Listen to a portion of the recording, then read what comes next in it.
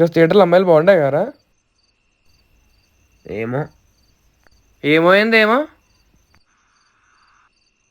అరే ఈ క్యాల్కులేటర్ వస్తలేదురా, ఒకసారి నీ ఫోన్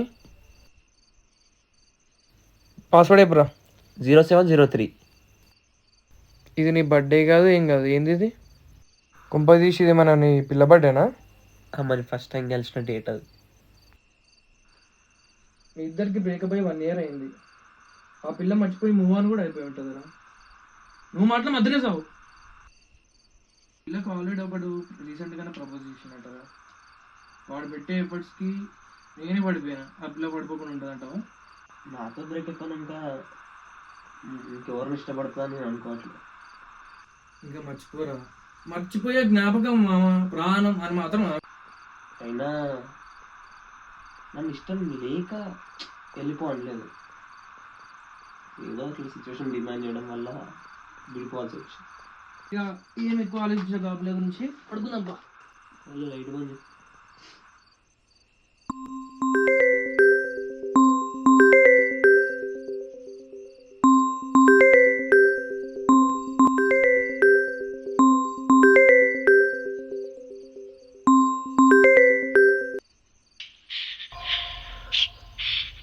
హలో,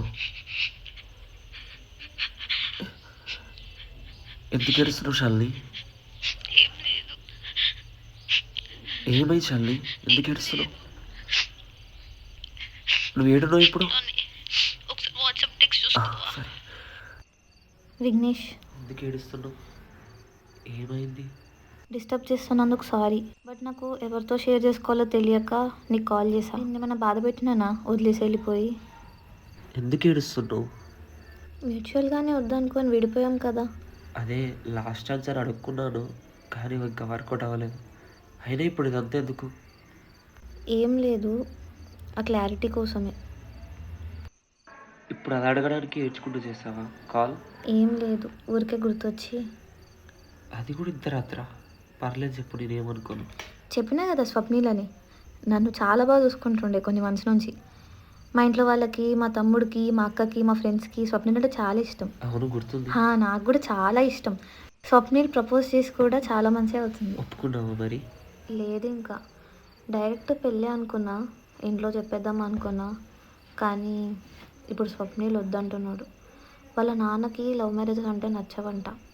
అందుకే స్వప్నిల్ ఇక్కడితో ఏం చేసేద్దామని అంటున్నాడు. రిలేషన్షిప్లోకి పోకముందే ఎండ్ అయిపోయింది. మూవ్ ఆన్ అయిపోమంటున్నాడు. మరి మూవ్ ఆన్ అవ్వాలి కదా.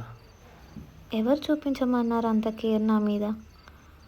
నేను ఏమన్నా పడుతుండే, అన్నీ షేర్ చేసుకుంటుండే. నీ దగ్గర నేను ఎప్పుడూ మా ఇంట్లో గొడవలు చెప్పలేదు, కానీ స్వప్నిల్ దగ్గర మాత్రం ప్రతి విషయం చెప్తుండే. అప్పుడు అర్థమైంది I'm two comfortable with him అని. నా దృష్టిలో మా మధ్యలో దూరం లేదు. నాకు స్వప్నిల్ కావాలి.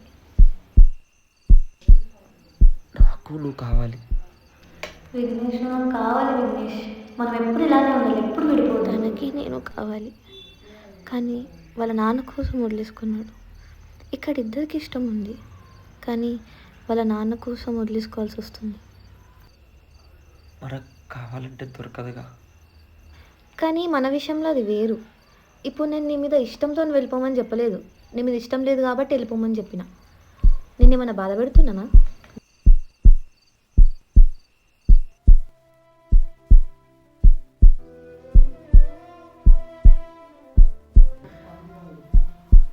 లేదు.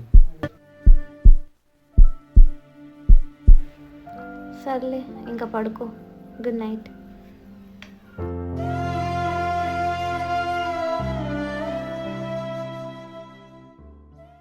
ఎక్కువేం ఆలోచించకుండా పడుకో. Good night.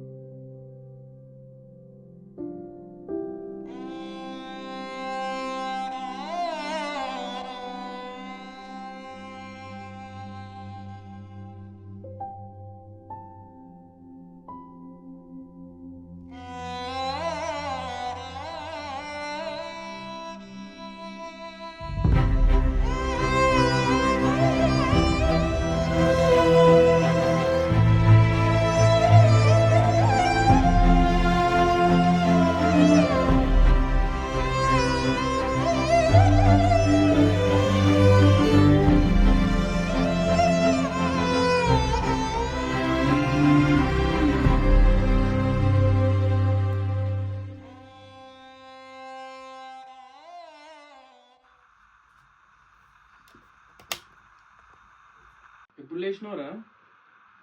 ఏయ్ నిన్నే.